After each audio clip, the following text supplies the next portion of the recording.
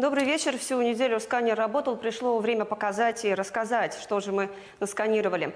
Начнем с цифр. Будет их много, но все важны, поскольку речь идет о бюджете на будущий год. Обязательно обсудим санкции, которые вела Великобритания против политиков Влада Плахотнюка и Илона Шора. Поговорим и о законе Магнитского, который разработало правительство Республики Молдова. Вот все это мы будем обсуждать в студии с депутатом ПАС Даном Перчуном. Дальше Украина. Как живется жителям, в том числе Киева, без света, а порой и без отопления, рассказал политолог из Киева Владимир Фисенко. Ну и напоследок поговорим о скандале, который развернулся вокруг телеканала «Дождь», и который вскрыл очень болезненный вопрос. Есть ли для украинцев и для Запада хорошие и плохие русские? Ну что, Андрей, поехали? Давай. Итак, в среду правительство утвердило проекты главных финансовых документов страны, бюджета и бюджетно-налоговой политики на будущий год. На сайте Кабмина проекты выложили буквально за пару часов до рассмотрения, и это, конечно, вызвало волну критики. Скажем прямо, почти скандал получился со стороны некоторых политиков, да? Совершенно верно. И Башкан Гагаузирина Навлах, конечно же, поспешила напомнить и подчеркнула, что по закону проекты должны быть предложены, вынесены на публичные консультации или обсуждения минимум за 15 дней, чего сделано, конечно, не было. Но премьер парировала. Да, ситуация неприятная, но оттягивать дальше было уже просто нельзя. Мы об этом обязательно поговорим, но сначала давай о самом бюджете. Потому что глава Минфина отметил, что год будет трудным, а вот главные цифры из проекта озвучит наша коллега Наталья Сабаш. Давай посмотрим. Начнем с главных параметров доходной и расходной частей и дефицита. Итак, доходы бюджета Молдовы 2023 составят примерно 101 миллиард леев. Это почти на 11% больше, чем в этом году.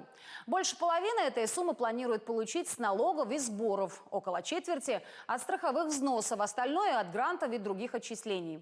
Расходная часть увеличена почти на 13%, до 119 миллиардов.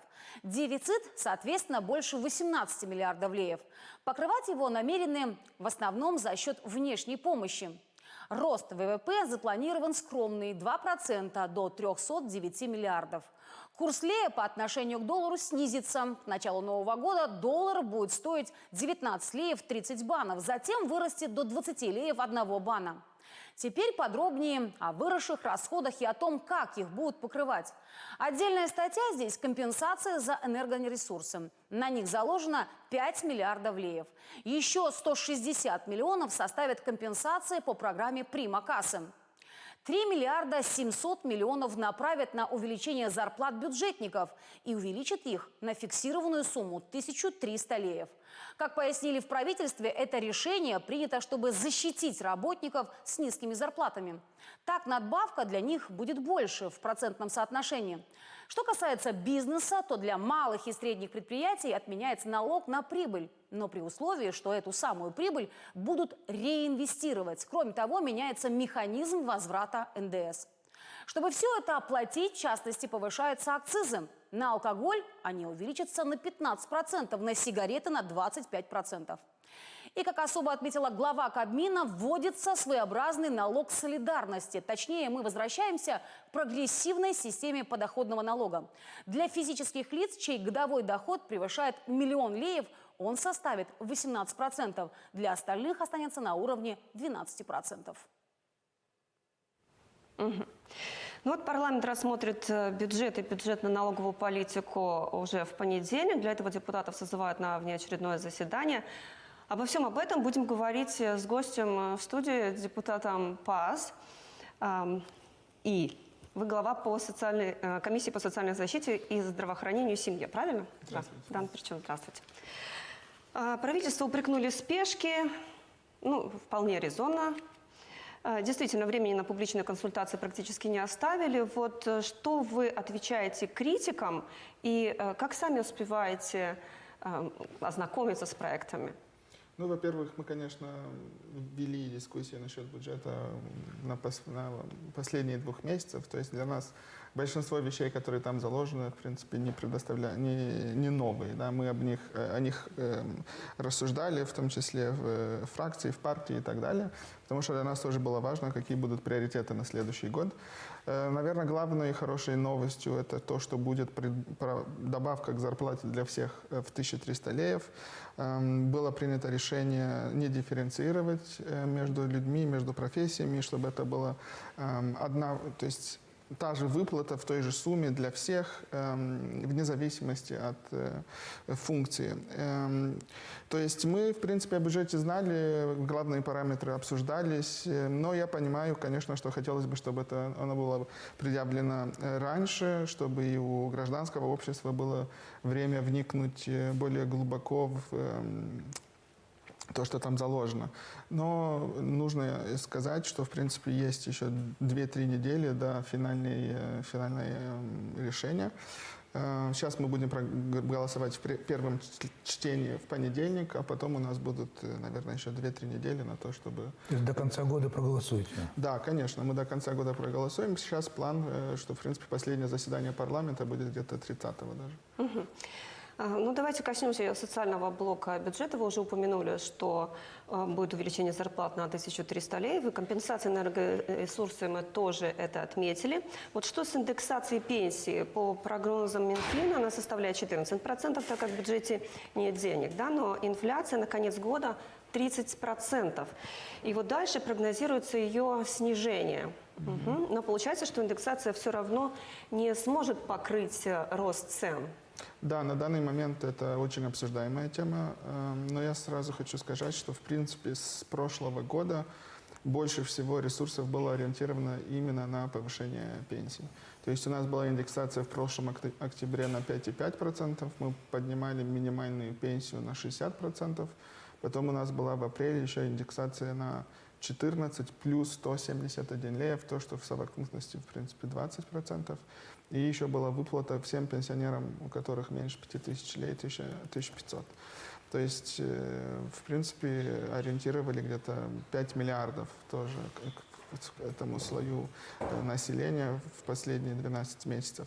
Конечно, хотелось бы, чтобы были ресурсы на то, чтобы проиндексировать на 30, но на данный момент это очень сложно, имея в виду, что нужно и зарплаты поднимать. Это, в принципе, тот слой населения, да, который работает, приносит доходы в бюджет, нужно людей поддержать. К сожалению, повышения, которые были в октябре, не были такими существенными, поэтому сейчас делается акцент именно на работающую категорию населения, а также, конечно, 5 миллиардов для компенсации – это сумма внушительная. Чтобы мы проиндексировали не на 14, а на 30-33, нужно еще 4 миллиарда дополнительно к тем 2,6, 2,7, которые и 14%, в принципе, стоят. Но посмотрим, как пройдет зима. Если будет, в принципе, не так холодно, если будем экономить и останутся вот деньги с компенсацией особенно, можем этот вопрос пересмотреть уже к марту. Но на данный момент, не имея ясности, в принципе, сколько нам все-таки будут стоить компенсации, вот было принято такое решение, как бы приоритизировать на данный момент компенсации для всех, зарплаты и, в принципе, плафонировать индексацию на уровне повышения доходов в соцбюджет. То есть цифра эта не появилась просто так, это настолько, насколько вырос наш бюджет соцзащиты в прошлый год. То есть сколько туда люди доплатили дополнительно из своих зарплат. По принципу, то, что мы накопили, то и можем отдать обратно. Больше, к сожалению, на данный момент возможности нету, но, как и премьер-министр говорил, и министр соцзащиты, дойдем до марта и еще раз посмотрим, что можно сделать. Но бюджет кризисный, да? Правильно я понимаю? Бюджет кризисный, но все равно очень ориентирован именно на социальную солидарность, на поддержку людей этой зимой на повышение доходов населения. Все понимают, что из-за очень большой инфляции, конечно, реальные доходы снизились, поэтому нужно было вот ориентировать ресурсы массивно вот именно в эту часть. Но также не нужно забывать про экономический рост. Он, к сожалению, на данный момент прогнозируем на 2%, исходя из цены на энергоресурсы, войны и трудности с экспортом и все остальное. И поэтому в фискальной политике, вы как бы уже говорили, есть несколько мер, ориентированные на бизнес, чтобы в следующем году помочь и оставить больше денег, в принципе, бизнесу. Это и доходный налог, который будет 0 для маленьких и средних предприятий, и ТВА, как вы упоминали, да, и не в последнее, там и для большого бизнеса есть, в принципе, механизм, чтобы стимулировать инвестиции. То есть не забыли и про бизнес, потому что, да, нужно пройти эту зиму, но нужно смотреть и в перспективу, и если бизнес не поддержать, потом будет очень сложно потерянные рабочие места восстанавливать. Давайте подробнее о компенсациях. Систему, очевидно, приходится отлаживать на ходу. Есть ошибки и в заявках, и в ноябрьских счетах за газ, вот как предупредил глава Молдовагаз Вадим Чебан. По вашим прогнозам, когда все устаканится? Ну, я думаю, к январю система будет работать 100% слаженно. На данный момент есть проблема с неправильным заполнением заявок. Где-то 10% люди, ну, это первый раз такой механизм, мы пытались объяснить, но понятно, что когда заполняют 700 тысяч человек, кто-то все равно допускает определенные ошибки. И где-то 10% заявок на данный момент на следующий месяц нужно будет исправить. Мы пытаемся это делать автоматически, работая по базам данных государства, но также, если люди просят через email, чтобы им открыли заявку и они исправили, мы разрешаем, как бы мы открываем, чтобы люди либо ввели свой правильный доход, очень многие не учли, что нужно вводить месячный средний доход, а не доход на 6 месяцев.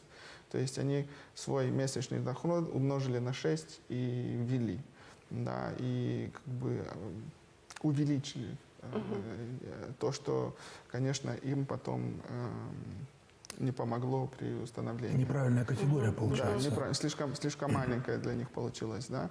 Вот это один тип ошибки. И другой тип ошибки, который часто выявляем, это из фактуры неправильно сочли, там есть номер, да, для каждого контор, Как счетчика. для каждого счетчика именно, да, и там фактура он указан, ну, не все поняли, как его нужно указать. Поэтому есть случаи, когда, к примеру, мы установили категорию очень высокую, но мы не смогли данные про эту категорию передать поставщику, поскольку не было номера фактуры. И тогда поставщик на ноябрь поставил средний уровень компенсации. Мы для всех пересчитаем, то есть люди должны знать, что если есть какие-то ошибки, мы их исправляем и потом делаем перерасчет для ноября. То есть могут быть спокойными, что как бы те компенсации, которые у них должны быть, они все равно будут, даже если на данный момент что-то неправильно. Но, как я говорил, мы пытаемся большинство как бы автоматически исправлять, но в определенный момент, конечно, нужно и кому-то придется зайти. Сейчас где-то 7 тысяч заявок по имейлу. Люди просят либо объяснение, как формулу понять, либо вот они пересмотрели свой запрос и увидели, что где-то ошиблись и просят, чтобы могли исправить. Я думаю, в течение недели-двух мы все эти запросы переработаем. Андрей, ты хотел задать вопрос по поводу газа? Да, я уже сразу... Не, подожди, у меня до газа есть еще вопрос по поводу... Или у нас мало времени? У нас времени, да, ограничено. Давай попробуем как-то ускорить. Хорошо, если останется время, давайте тогда... Значит, да, у меня есть и по газу вопрос, значит, по поводу газа из Тирасполя. Наши поставки газа Тирасполю сегодня. То есть мы его отдаем фактически бесплатно, но покупаем у них электроэнергию. И, соответственно, очень много сейчас спекуляций. Люди говорят даже о каких-то, может быть, коррупционных подозрениях. Как так получилось, что мы отдаем весь газ из России бесплатно Приднестровью, потому что мы знаем, что они ничего не платят. И вообще, кто потом за все это будет платить? Кто оплачивает этот банкет? Это, как и те предыдущие 7 миллиардов, о которых накопился, это долг Приднестровья. Он не имеет абсолютно Извините, я вас ничего перебью, но общего Приднестровье это не субъект, это ничто. Ну, там есть компания ихняя, которая этот долг накапливает по модели Молдова Газ. И это строго коммерческое отношение между той компанией и Газпромом. То есть Давайте нет упростим. никаких... Мы не будем платить за это? Никогда. Вот нет, я только конечно. это хотел услышать. Это чтобы было очень понятно. И тот долг, который накопился до этого, это их долг той компании. Ничто общего с Молдова Газе или с государством Республика Молдова этот долг не имеет, и никто его никогда признавать не собирается. Было принято такое решение по двум главным соображениям. Первое – это снабжение электричеством. Мы видели удары России по энергоинфраструктуре Украины, и мы все перешли через то, что несколько часов были без света. Было опасение, что это было в том числе намеренно, били по объектам, которые и нас бы отключили, если была бы авария. Поэтому, и, к сожалению, нет альтернативы. То есть, если энергосеть Украины была бы разрушена, у нас нет возможности закупать напрямую из Румынии электроэнергию. То есть это единственный возможный вариант был? Мы просто остались бы без света. И поэтому есть смысл, исходя из просто обеспечения светом, закупать из Молдова Газ. Это первое. А второе, конечно, цена. Потому что европейское электричество на данный момент, оно колебается, оно где-то от 250 до 400 долларов за киловатт-час стоит. А у нас мы закупаем по 72 сейчас у Молдова Газ. Поэтому, конечно, экономически это имеет логику. Вы видели, уже была первая волна снижения цен на электричество. И это будет продолжаться, поскольку мы еще закупаем румынское электричество на данный момент по 90 долларов. Чем больше мы будем закупать у Молдова Газ, тем больше будет снижаться цена. А мы можем вернуться к изначальному тарифу или уже нет? Мне сложно сказать, это процесс переговоров, и исходя из, не знаю, на следующий месяц, если что-то изменится. Но это лучше, наверное, мог бы ответить министр инфраструктуры. Я не знаю в деталях реалий переговоров. Давайте перейдем к следующей подтеме по поводу скандала, не скандала, а громкой новости с санкциями. Шор, Плохотнюк. Сначала Америка на них наложила санкции, вот сейчас стало известно, на днях Великобритания тоже. С ними понятно, с Великобританией, с Америкой, но непонятно с Молдовой. У нас какие юридические последствия будут иметь вот эти санкции извне? У нас будут иметь очень большие юридические последствия, особенно после того, как мы примем закон Магнитского. Это позволит заблокировать активы, конфисковать предприятия, медиа, которыми владеют эти люди, будут попадать под серьезные проблемы в обозримом будущем. Вряд ли Шор и Плохотнюк собираются вернуться в Молдову. Но как быть с аффилированными лицами? Вот, к примеру, депутат Марина Таубер. Она же аффилированное лицо или нет? Она, конечно, аффилированное лицо, это само собой понятно. И я думаю, нужно подождать 2-3 недели, чтобы мы приняли этот закон, и потом будут очень ясны последствия санкций для этих лиц, для их активов и для людей, которые аффилированы с ними. Ну, это какой-то механизм четкий, да, разработан? Да. Угу. И до конца года, да, вы сказали, что это? Да, мы закон примем до конца года. Я думаю, первые решения по этому закону будут уже в начале Нового года, может быть, даже раньше. И я думаю, очень многие жители Молдовы обрадуются этим решением. Мне любопытно понять, что будет происходить с телеканалами, да, активами медийными, которые принадлежат этим лицам. В случае продвижения, да, образа, попавшего под санкции, и аффилированных лиц. Как это будет? Довольно нет четкости понимания сейчас. У нас, по крайней мере, может быть, вы несете ясность. Я думаю, нужно подождать 2-3 недели, и мы увидим. То есть не раскрывать. Вы знаете, еще маленькое уточнение. Вот вы говорите, так оно звучит для кого-то может быть как угроза. И сейчас представители партии Шора, социалистов, начнут говорить, что это давление на оппозицию. Вот что вы можете по этому поводу ответить? Не надо было воровать миллиард. Красиво. У нас еще есть время. Ты планировал задать какой-то вопрос еще? Давай вернемся тогда к бюджету, если у нас есть пару минут. Есть. Я хотел спросить по поводу военного бюджета. Дело в том, что военный бюджет увеличивается в 2 раза. И вообще, так вот из логики, страна, которая хочет защитить себя сама, это всегда очень дорого. Так может, не пора ли нам подумать по поводу того, чтобы дружить с кем-то, быть в каких-то блоках, может быть, отказаться от нашего псевдонейтрального статуса с чужими войсками на нашей территории? Вы как на это смотрите, как представитель правящей партии? От нейтралитета мы отказываться не планируем. Ну тогда будем платить всегда больше. У нас есть друзья. Друзья тоже могут помогать, даже в данной ситуации. Но нужно понимать, что и мы должны из своего бюджета хотя бы что-то инвестировать. На обмундирование, на зарплаты, на нормальные условия для жилья, для солдат и так далее. То есть иметь хотя бы более-менее способную армию для минимальных функций нужно. Для этого нужно вложить деньги.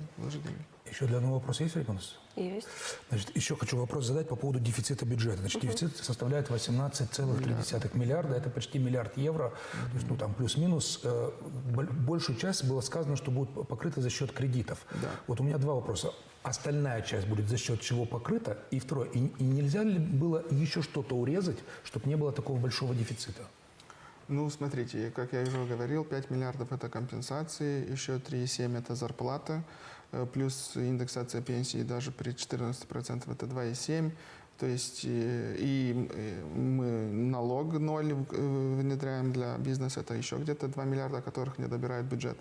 То есть вот эти все меры, они нужны, я думаю, никто с этим не поспорит. Если для этого нужно взять кредит на 1% или 0,5%, я думаю, для следующего года это стоит, чтобы мы могли, и мы, и экономика смогла легче пройти через эту непростую зиму. Теперь откуда будет финансироваться, это внешние кредиты в пропорции 80% где-то так. И только 2 или 5 миллиарда мы будем кредитоваться на внутреннем рынке и только к концу следующего года, чтобы снизилась базовая ставка и даже на внешнем рынке подешевели кредит. Но большинство этих денег будут извне по очень маленьким процентам. У меня есть еще один вопрос. Я просто уточнение в этом же вопросе. Вот такой социально ориентированный бюджет, он не вызовет, не спровоцирует большую инфляцию? Ну, инфляция у нас вся импортная. То есть это у нас инфляция не от перезагрева экономики, это от того, что цены высокие на энергоресурсы в первую очередь. Нам сейчас нужно поддержать нашу экономику, потому что сейчас прогноз на 2%, но 2% это в совокупности на следующий год. Рост экономики. Есть ожидание, что первые 2 триместра будут в минусе. Поэтому больше тратя, это стимулирует экономику, и важно эти внедрения делать. Отойдем немножко от бюджета. Я хотела задать вопрос относительно СНГ. Очень много разговоров идет о том, что стоит ли Молдове все еще находиться и участвовать в каких-то мероприятиях, которые связаны так или иначе с Содружеством. Я думаю, мы вернемся к этому вопросу после конца войны. И сейчас, конечно, сотрудничество в СНГ выглядит как-то дико, честно говоря. А ваше личное мнение, нам нужно быть в СНГ? Не как представитель партии, как человек. После того, что произошло 24 февраля, я не вижу, как можно общаться на тех же дружеских началах, как было до этого. Но посмотрим, может быть, и что-то изменится, может быть, в России что-то изменится. Поэтому, я думаю, к этому вопросу мы еще вернемся, когда вещи устаканятся и наступит какая-то нормальность. Что, здесь мы все отсканировали. Вам большое спасибо, что нашли время и возможность. Спасибо.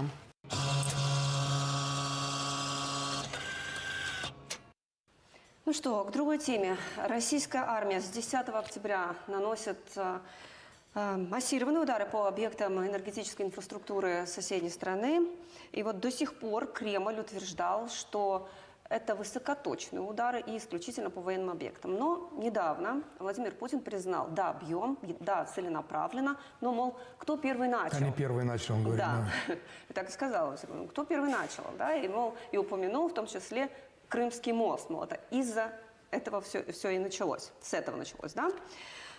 Между тем, жители Украины продолжают жить во мраке и холоде, и мэр Киева Виталий Кличко не исключает сценарий апокалипсиса этой зимой и говорит, что жителям придется, и уже предлагает им готовиться к тому, что возможна эвакуация, массовая эвакуация из столицы. Так вот, как живут жители, киевляне, в таких условиях, в условиях острого дефицита электроэнергии, нам рассказал политолог из Киева Владимир Фисенко. Я несколько раз пыталась записать с ним интервью, но каждый раз приходилось переносить как раз по причине того, что у него не было света. Перебои с светом, да. Но интервью все равно записать И это, кстати, извини, получилось. это сейчас ситуация в большинстве крупных городов Украины. У меня товарищ в Одессе живет, они вообще несколько дней полностью без света сидели. Это совсем близко от Ну, нас. вот и сегодня, да, были сообщения, или вчера были сообщения. Но это постоянно, с регулярностью это происходит, мы это понимаем, да, собственно говоря, мы сами уже знаем, каково это. И мы посидели без света по той же причине, да? Да, ну вот хотя Владимир Фисенко говорит, что вот ему приходилось прожить без света в квартире на 15 этаже более 30 часов. Полное интервью мы покажем в понедельник в рамках выпуска новостей на Молдова-1 в 12, который выходит в полдень. Сейчас предлагаю показать именно вот этот отрывок. Давай послушаем. Давай. Владимир Вячеславович, прежде всего хочу вас спросить о ситуации, конечно, в Киеве. Вот мэр Виталий Кличко не исключает апокалипсиса, он прям так и называет происходящее, просит людей быть готовыми к эвакуации. Вот по вашим наблюдениям, готовы ли киевляне уехать и насколько востребованы пункты несокрушимости? Ну, то, что говорит Виталий Кличко, это скорее перестраховка. Ну, риск такой существует, к сожалению, но только в том случае, если будет отключение электроэнергии более чем на 3 дня, ну, допустим, на неделю. Вот Кличко об этом и говорит. Вот главная проблема в чем? Не просто в отсутствии электроэнергии, к этому уже каким-то временным отключениям и даже достаточно длительным. У нас уже, вот, например, был опыт 23 ноября и позже. Например, в нашем доме 36 часов не было света. И даже на некоторое время отключали отопление. У кого-то даже около 2 суток не было света. Поэтому какой-то опыт есть такой, вот, таких критических ситуаций. И вот тогда как раз, именно в таких ситуациях, когда длительное отключение электроэнергии, люди пользуются услугами пунктов, которые у нас называются пункты стойкости, незламности. Это такие пункты, куда можно прийти, зарядить свои телефоны, где можно там погреться, если у вас холодно в квартире. Можно выпить горячего чая, там, не знаю, получить какие-то новости, если интернет не работает, там Wi-Fi связь может быть. Поэтому вот эти пункты, они актуальны, когда длительное отключение света. Когда отключение света на, допустим, 3-4 часа, вот у нас, например, утром плановое по графику отключение было 4 часа, иногда меньше, 3 часа. Иногда бывают экстренные отключения. Но люди уже к этому привыкли, поэтому подстраивают свою жизнь. Вот включили свет, надо срочно зарядить электроприборы, ну, те, которые можно зарядить, и там, пополнить запасы воды, приготовить пищу, постирать, допустим, какие-то вещи, пока есть электроэнергия. Вот мы уже подстраиваемся под такой график жизни. Владимир Вячеславович, а вы таким пунктом сами пользовались? Я пока нет, не пользовался. Их начали создавать вот как раз перед таким первым серьезным блэкаутом, который вот возник 23 ноября. Первый опыт был такой в Херсоне, потому что в Херсоне совсем не было электроэнергии. И там вот просто была прямая необходимость. Их там делали в палатках, либо в каких-то административных учреждениях. Первые дни тоже проблемы были, насколько я знаю. Во-первых, был формальный список этих пунктов, но оказалось, не везде были к этому готовы. не успели подготовить все необходимое, потому что там должен быть генератор. Где-то было, где-то не было. Не было всего необходимого, что должно было быть вот в этом пункте. После этого была критика, в том числе в адрес городских властей. Именно поэтому вот мэр Киева, он и решил подстраховаться, сказал, что если вдруг будет большой блэкаут, не на сутки, двое, а дольше, вот тогда никакие пункты незламности не помогут. Он в этом плане страхуется, чтобы его не сделали крайним за какие-то проблемы. Но почему вот опасен именно длительный блэкаут? Потому что тогда придется слить воду из батареи отопления. И тогда не будет работать канализация. Вот в чем проблема. Не просто отсутствие света или там, мобильной связи, а именно вот отсутствие тепла и канализации. И тогда, да, придется, я думаю, что там часть людей, может быть, даже централизованно придется эвакуировать. Насколько я знаю, определенные планы на этот счет существуют. Часть людей, у кого есть машины, там есть родственники, будут ехать туда, где можно будет пересидеть это сложное время. Тут уже кто-то будет решать эти проблемы, что называется, собственными силами, а где-то государство, конечно, будет эвакуировать.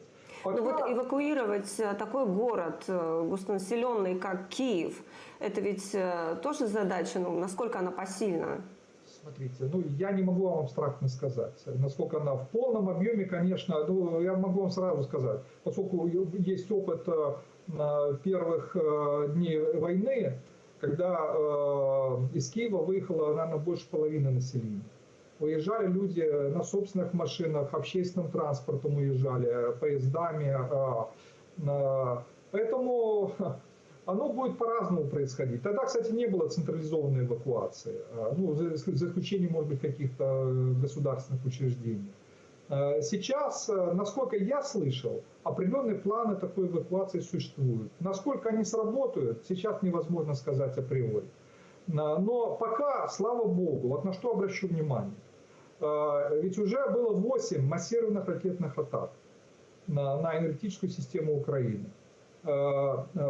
Серьезная проблема возникла один раз. Вот когда 23 ноября было отключение, действительно самое большое, и вот тогда проблемы возникли.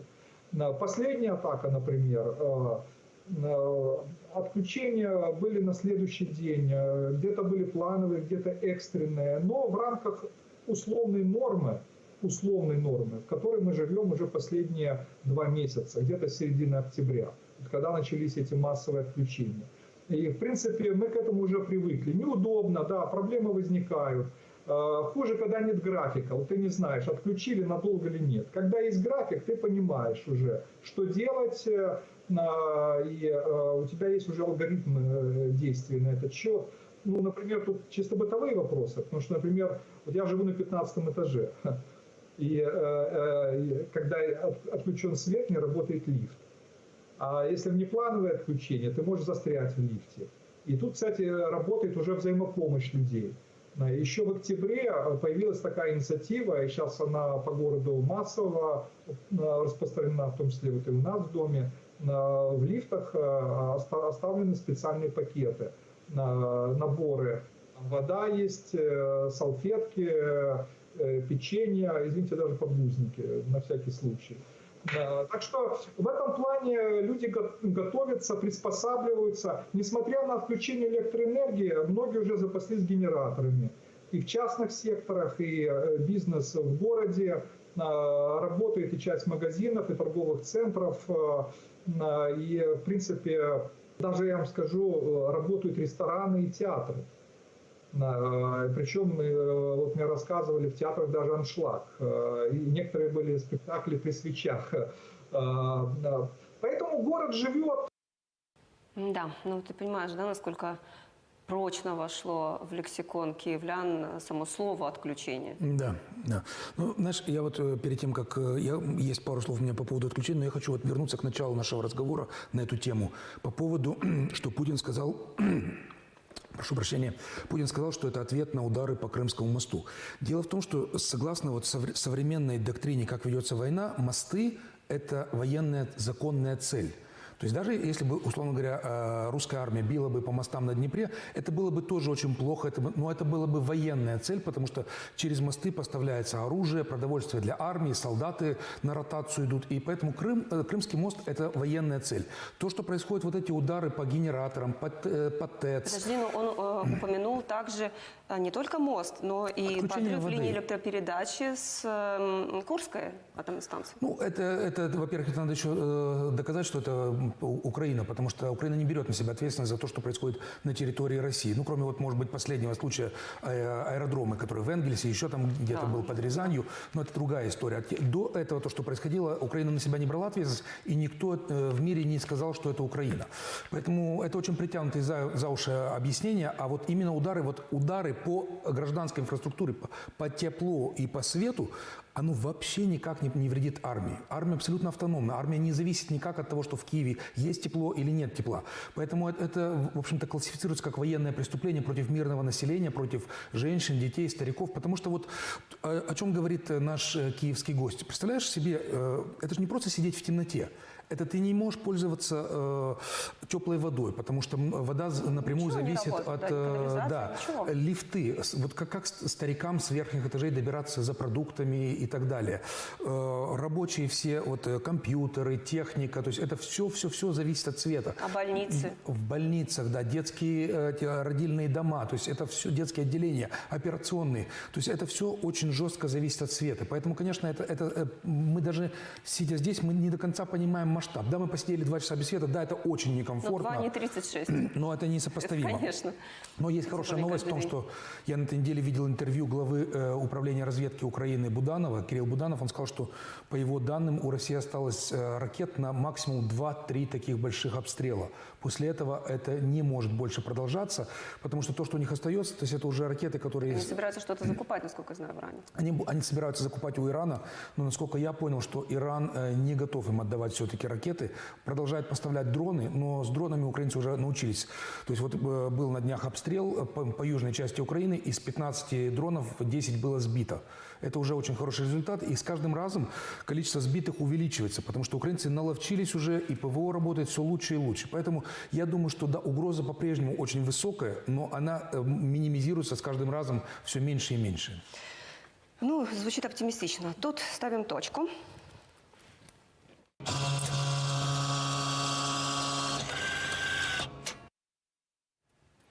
И напоследок еще одна тема, которую просто невозможно было не обсудить. Это, конечно, скандал вокруг телеканала «Дождь», который был закрыт в России практически сразу с началом войны. Да, и возобновил он вещание в студии в Латвии. Скандал не утихает уже больше недели. Все началось с эфира от 1 декабря с фразы ведущего Алексея Коростылева, которую многие расценили как поддержку российской армии. Это вызвало не просто волну критики, цунами. И критиковали не только самого Коростылева, но и весь телеканал. Всем досталось, и каналу, и основателям канала. Кто-то стал на защиту и ведущего, и всего «Дождя», и говорили о том, что это оговорка, и что, оговориться в эфире может каждый. Я знаю, что такое оговорка в эфире, в прямом эфире. Не похоже это на оговорку, но тут, ладно, вдаваться в полемику, это все, наверное, уже частности. Дальше события развивались с какой-то совершенно невероятной скоростью и привели не просто к увольнению Алексея Коростылева, да, но потом за ним ушли еще несколько его коллег, а к закрытию… Отзыву лицензии. Отзыву лицензии, да, сначала в самой Латвии, потом также поступила и Литва. Теперь лицензию на вещание отозвала и Эстония. Я предлагаю восстановить хронологию событий. У нас есть материал на эту тему. Да, давай посмотрим. Мы надеемся, что многим военнослужащим, в том числе, мы смогли помочь, например, с оснащением и с просто элементарными удобствами на фронте. Именно эта фраза, прозвучавшая в вечернем эфире «Дождя», возымела эффект разорвавшейся бомбы. Уже ночью главный редактор телеканала Тихон Зитко заявил, что «Дождь» не занимался, не занимается и не будет заниматься помощью с оснащением российской армии на фронте или за его пределами. Коростелева уволили. В знак солидарности с коллегой заявление на стол положили еще 3 сотрудников. Ту самую фразу Коростелева ни в Украине, ни в Латвии ошибкой и тем более оговоркой признавать не стали. Министр культуры и информационной политики Украины Александр Ткаченко написал в Телеграме: «Когда хорошие россияне помогают плохим россиянам, может ли мир понять, наконец, что все они одинаковы? Телеканал «Дождь» обеспечивает всем необходимым оккупантов, которым некомфортно воевать на нашей земле». За шквалом комментариев последовали действия властей Латвии. Национальный совет по электронным средствам массовой информации оштрафовал «Дождь» на 10 тысяч евро. Затем аннулировал лицензию. Служба госбезопасности Латвии рекомендовала МВД внести Коростелева в список лиц, которым запрещен въезд в страну. Между тем, в поддержку канала выступили редакции многих изданий, работающих за пределами России, ряд европейских коллег, правозащитников и общественных деятелей. Новым витком скандала стал пост гендиректора «Дождя» Натальи Синдеевой. Она в слезах признала, что украинцы этого не простят, но попросила Коростелева и других ушедших сотрудников вернуться. Украинцы нас не простят. А как этому телеканалу дальше жить? Как дальше идти телеканалу в жизнь, в будущее, если мы совершили подлость? Это, конечно, подлость по отношению к человеку, который с нами. Главред Тихон Зитко в ответ на это напомнил, что редакционной и кадровой политикой занимается он, и что принимать обратно Коростелева не будут. Тем не менее, вслед за Латвией вещание «Дождя» прекратили Литва и Эстония. И вот как нашему каналу прокомментировал скандал, который связан с телеканалом «Дождь», известный ведущий украинский журналист и политический обозреватель Евгений Киселев. Давай посмотрим отрывок. Да, интересно. То, что прозвучало в эфире, и то, что прозвучало в ходе дискуссии по поводу судьбы «Дождя», на мой взгляд, свидетельствует о том, что, к сожалению, очень многие люди и в России, и скажем так, в рассеянии, в диаспоре, многие люди, к сожалению, придерживающиеся вроде бы демократических, антипутинских взглядов, вроде бы поддерживающие Украину, тем не менее в голове у них что-то не сходится. Вот как-то вот причинно-следственные связи не выстроены. Мне кажется, что сейчас не может быть ничего, кроме поддержки Украины. А когда начинают говорить про наших мальчиков, которым холодно и которых жалко, у меня это, знаете, на голову не налезает. К сожалению, мне кажется, проблема и «Дождя», и некоторых других средств массовой информации, которые работают из-за рубежа, находясь в вынужденной или в добровольной эмиграции, состоит в том, что они, наконец, никак не могут определить свое новое позиционирование, свою новую судьбу, на кого они работают, в смысле, где их аудитория. И еще одно. Мне кажется, что в условиях такой страшной преступной войны, как та война, которую путинский режим развязал против Украины, классические правила журналистики, требовавшие, я скажу, в прошедшем времени, правила, которые требовали там, непредвзятости, предоставления всех точек зрения, знаете, выслушать всех, они больше не работают. Идет война, и нужно определиться на какой-то стороне. С кем ты? С украинским народом или с русскими агрессорами? Андрей, я, наверное, еще, знаешь, что хотела бы отметить. Тихон Зитко, он дает комментарии, ну, это даже, наверное, не оправдание, а действительно комментарий. Вот касалось про фразу «наша армия» в эфире, да, он назвал это риторическим приемом. И говорит, что теперь что команда будет искать какой-то другой риторический прием. Мы считаем, что война касается каждого россиянина. Когда наши ведущие говорили о мобилизации, преступлениях в Украине, они говорили: уважаемые россияне, это наша армия совершает преступления. Это первый момент. И если ты помнишь, там ведь еще упомянули карту Крыма. Да. Да? Так вот, относительно этого Дзятко говорит, Крым на карте – это ошибка. Такие ошибки были и у других каналов. Речь тут идет о какой ошибке? Материал монтировали в спешке. И вот при такой спешке, ну, это, нам, телевизионщикам, это знакомо, мы это понимаем, они просто не успели его отсмотреть. И монтажер схватил первую попавшуюся в интернете, да, из интернета, и никто не проверил. Так бывает. Так бывает, знаешь, но вот я хочу сказать, что здесь... Я не видел это интервью, честно, до момента, вот когда сейчас пришел сюда в студию, когда мы начали делать передачу. Но мое мнение полностью совпадает с Киселевым в чем? В том, что сейчас уже нету оттенков серого. Сейчас уже нету ты немножко здесь, немножко там. Потому что идет война, гибнут люди. Каждый день сотни, иногда тысячи людей умирают. У этих смертей есть причина. То есть тот, кто начал эту войну, тот, кто развязал эту агрессию, тот, кто посчитал, что так можно делать. И поэтому сегодня ты не можешь быть так чуть-чуть с этими и как бы, ну, и чуть-чуть с теми. Да, может быть, он русский, он считает тех солдат своими соплеменниками, но солдаты совершают преступления. Ты не можешь быть на стороне преступника, это неправильно. Поэтому сегодня проблема «Дождя» и очень многих других людей, в том числе так называемых русских либералов, в том, что в этом столкновении двух фронтов они пытаются быть посередине. Дескать, мы не в схватке, мы над схваткой. Но над схваткой нет места. Ты получаешься, ты посередине, и тебя атакуют с двух сторон. Ты чужой становишься и для путинской армии, и ты чужой для всего остального мира, который против путинской армии. Поэтому надо четко выбирать свою сторону. Где ты? Ты с людьми, которые защищают свою родину, или с людьми, которые нападают на чужую страну. Тут не может быть какого-то среднего варианта. Поэтому это проблема «Дождя», и поэтому, как бы они сейчас ни пытались найти какие-то красивые формулировки, как-то выкрутиться, доверия не будет, пока не будет четко, ясного высказывания. Но это имиджевые, репутационные Безусловно. проблемы. Обрати внимание, как вот занял позицию Невзоров. К нему нет вопросов ни у кого, потому что он говорит очень жестко, очень четко, что да, эти Но преступники... Невзоров не отвечает за целый телеканал. Я понимаю, да. Ну, знаешь, опять-таки, окей, давай переходим тогда на нашу почву как людей, которые связаны с телевидением. Я для себя уже за много лет выработал, что я не могу сказать ПМР без того, чтобы сказать так называемая ПМР. Я даже Молдавия не говорю, потому что я считаю, что это неправильно. Так нет такой страны Молдавия. Есть страна Молдова, Республика Молдова.